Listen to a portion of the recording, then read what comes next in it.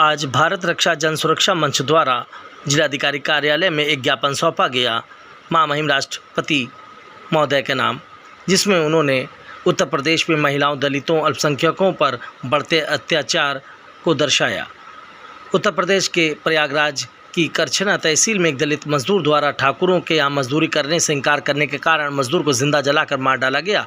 ये घटना सामंतवादी मानसिकता के बढ़ने की घोतक है। इस प्रकार महिलाओं के यौन शोषण की घटनाओं ने उत्तर प्रदेश में विभत्स रूप धारण कर रखा है। वाराणसी, जो कि माननीय प्रधानमंत्री का संसदीय क्षेत्र है, वहाँ एक युवती के साथ लगभग एक सप्ताह तक 23 दुराचारियों ने बलात्कार किया। ऐसी ही एक घटना कासगंज में भी घटित हुई, जिसके दुराचार में भारतीय जनता पार्टी के नेता गब्बर सिंह का नाम आ रहा है। इसी प्रकार कानपुर के सजेती थाना अंतर्गत एक युवती के साथ दुराचार किया गया। अत्याचारी दुराचारी बेखौफ घूम रहे हैं और पुलिस बेपरवाह बनी हुई है। मौदिया प्रयागराज में दलित मजदूर देवी शंकर करछना के इस इसौटा गाँव का रहने वाला 13 अप्रैल की सुबह उसे जला हुआ मृत पाया गया। देवी शंकर के 3 बच्चे हैं।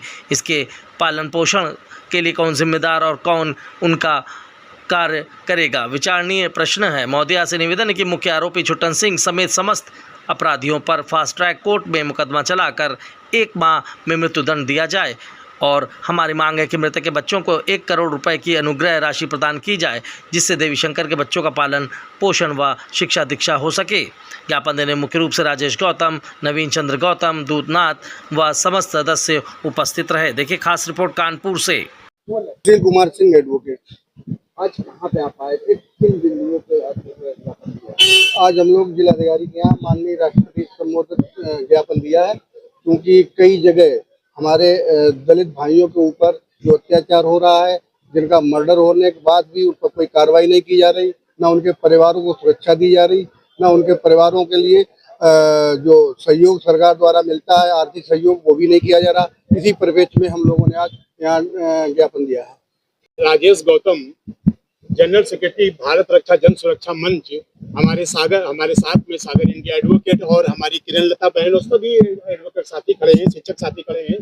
जैसा कि आप लोगों को मालूम होगा कि अंबेडकर जयंती के ठीक एक दिन पहले 13 अप्रैल को प्रयागराज में एक दलित से बेगार कराने के लिए उसको बुलाया गया।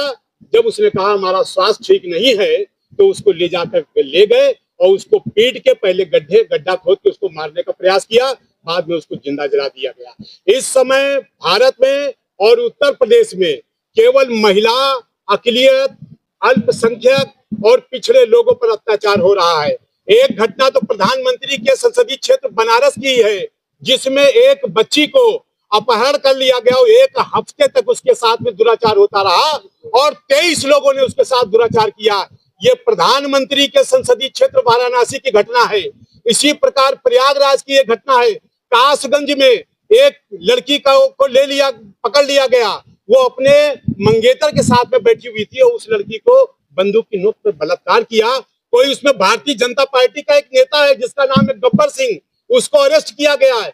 केवल अरेस्ट करने से काम नहीं चलेगा, फास्ट ट्रैक कोर्ट पे इन पर सब पर तेज मुकदमा चलाया जाए। 1 महीने के अंदर इन सब को फांसी पे लटकाया जाए और जिन जिन दलितों के साथ में, महिलाओं के साथ में, अक़लियत के साथ में, पिछड़ों के साथ में जो अत्याचार हुए, सरकार अपने दायित्व को समझते हुए अनुग्रह राशि दे और सरकार ये तय करे। हमारी महामहिम से ये मांग है कि सरकार हमारी सुरक्षा सुनिश्चित करे, नहीं तो अगर सुरक्षा हमने सुनिश्चित करने का काम किया तो वो निश्चित रूप से लॉ एंड ऑर्डर के लिए ठीक नहीं होगा।